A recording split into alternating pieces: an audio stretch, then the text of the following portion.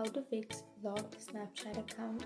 So if you want to fix locked Snapchat account, then first of all you need to open up a browser, any browser that you're comfortable with.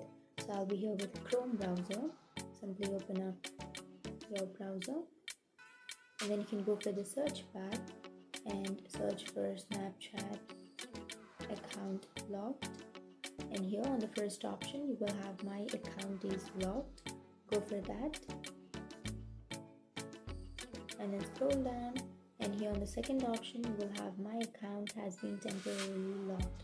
So tap on that, and here you will have this contact our support team here, which is underlined. You can simply tap on that, and here it will take you to submit a request option, and you have to tap on I think my account was compromised, and then scroll down, and here you have to enter your Snapchat username and then the email address which you have used to create your account, and then the mobile number, and on the description you have to write that I think my account has been hacked, or I think my account has been logged, and can you help me with that, and all that.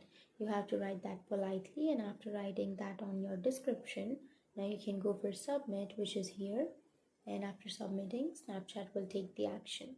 So that's it, and if you have any questions, feel free to comment below. Thanks for watching.